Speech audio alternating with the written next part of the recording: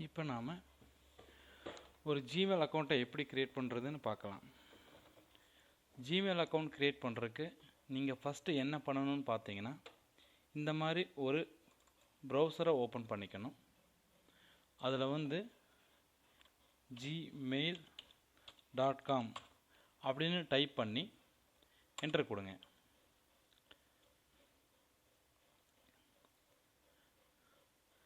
அப்போ வந்து பார்த்தீங்கன்னா, இந்த பேஜில் உங்களுக்கு இங்கே காமிக்குது பார்த்தீங்களா, ஒரு கணக்கை உருவாக்கு அப்படின்னு சொல்லி இதை கிளிக் பண்ணுங்கள்.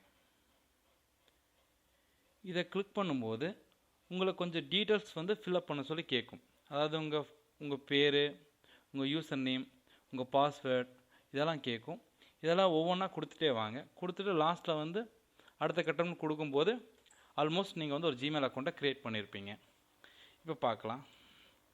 இப்போது ஐ ஆம் சரவணன்.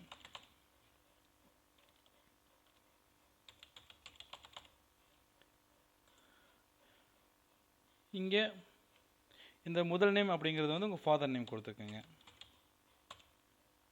கொடுத்துட்டு என்னோட யூசர் நேம், அதாவது உங்கள் ஜிமெயில் ஐடி வந்து எந்த பேரில் இருக்கணும்னு நினைக்கிறீங்களோ அந்த பேர், சரவணன் செல்வராஜ். ஏற்கனவே அந்த பயனர் பெயரை ஒருவர் கொண்டுள்ளார். அப்போ வந்து இந்த பேர் நமக்கு கிடைக்காது. ஏன்னா ஆல்ரெடி இந்த பேரை வேற ஒருத்தர் யூஸ் பண்ணிகிட்டு இருக்காரு. அதாவது இந்த இமெயில் ஐடியை வேற ஒருத்தர் யூஸ் பண்ணிகிட்டு இருக்காரு. அப்போ நம்ம என்ன பண்ணலாம், சரவணன் செல்வராஜ்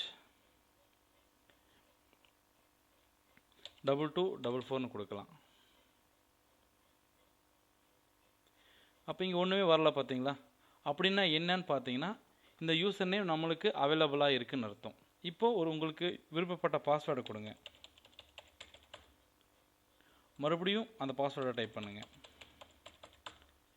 இப்போ எதுக்கு இன்னொரு டைம் இந்த பாஸ்வேர்டை நீங்கள் டைப் பண்ணணும் அப்படின்னு பார்த்தீங்கன்னா, நீங்கள் டைப் பண்ணுற பாஸ்வேர்டு வந்து பார்த்தீங்கன்னா உங்களுக்கு இங்கே தெரியாது இல்லைங்களா. சப்போஸ் நீங்கள் ஏதாவது மாற்றி டைப் பண்ணியிருந்தீங்கன்னா, அதாவது நீங்கள் நினச்சது ஒன்று டைப் பண்ணது ஒன்று அப்படின்னா, அடுத்த டைம் உங்களுக்கு அது என்ன பாஸ்வேர்டுனே தெரியாமல் போயிடும்.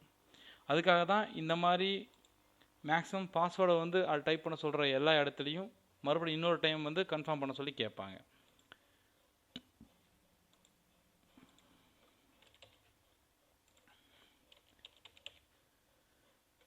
இங்கே உங்கள் பிறந்த நாள் கொடுங்க. இங்கே நீங்கள் மேலா ஃபீமேலா அப்படிங்கிறத கொடுங்க. இங்கே உங்கள் மொபைல் நம்பர் கொடுங்க. மொபைல் நம்பர் வேறு நம்பராக தான் கொடுக்காதீங்க. கண்டிப்பாக நீங்கள் இப்போ என்ன நம்பர் யூஸ் பண்ணிகிட்ருக்கீங்களோ அந்த நம்பரை கொடுங்க.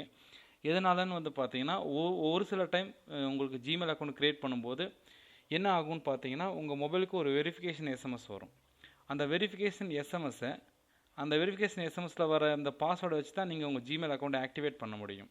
சப்போஸ் இப்போ நீங்கள் வேறு ஏதாவது நம்பர் கொடுத்துட்டீங்க அப்படின்னா, அந்த வெரிஃபிகேஷன் அந்த கோடு வந்து அந்த நம்பருக்கு தான் போகும். அப்போ நீங்கள் உங்கள் அக்கௌண்ட்டை ஆக்டிவேட் பண்ண முடியாது.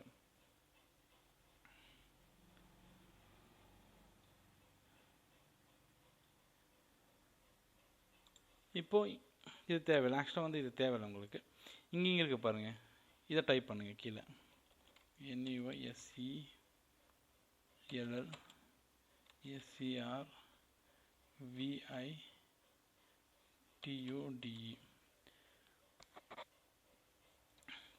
எதனால் வந்து இப்படி இங்கே நிறைய இடத்துல நீங்கள் நெட்டில் பார்த்துருப்பீங்க, இந்த மாதிரி ஏதோ ஒரு கேரக்டரை கொடுத்து டைப் பண்ண சொல்லியிருப்பாங்க.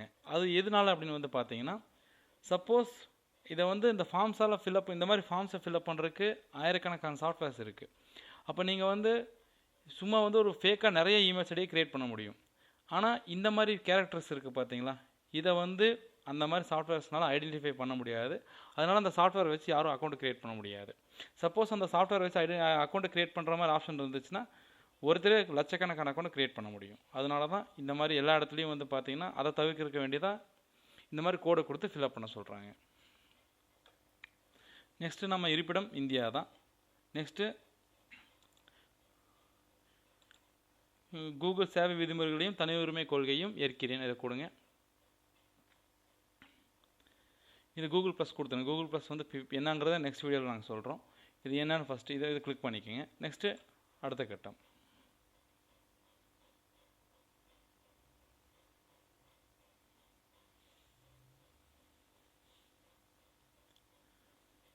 இப்போ இப்போ நீங்கள் வேணும்னா உங்கள் ப்ரொஃபைலில் உங்கள் பிக்சர் ஆட் பண்ணலாம்.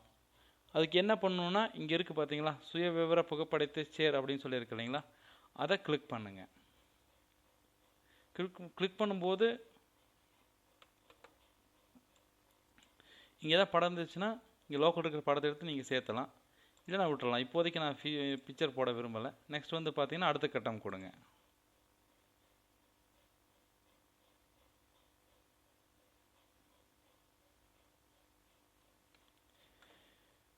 இங்கே வெல்கம் மெசேஜ் காமிக்குது பாருங்கள், நல்வரவு செல்வராஜ், அதாவது சரவணன் செல்வராஜ் 2244 அப்படிங்கிறது தான் நம்மளுடைய ஜிமெயில் அக்கௌண்ட். இப்போ ஜிமெயிலுக்கு தொடருங்க.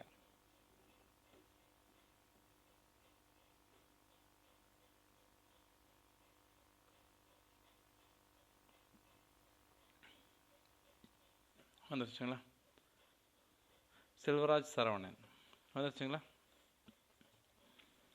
இப்போது இதிலேருந்து எப்படி வெளியே வர்றது, இந்த இமேஜ் கிளிக் பண்ணிங்கன்னா இங்கே வெளியேறுன்னு தெரியுது பார்த்தீங்களா, இதை கிளிக் பண்ணுங்கள். உங்கள் அக்கௌண்ட் சைன் அவுட் ஆயிடுச்சு. இப்போ நீங்கள் வெளியே வந்துட்டீங்க. மறுபடியும் இன்னொரு டைம் போட்டு பாருங்கள், சரவணன் செல்வராஜ் 2244.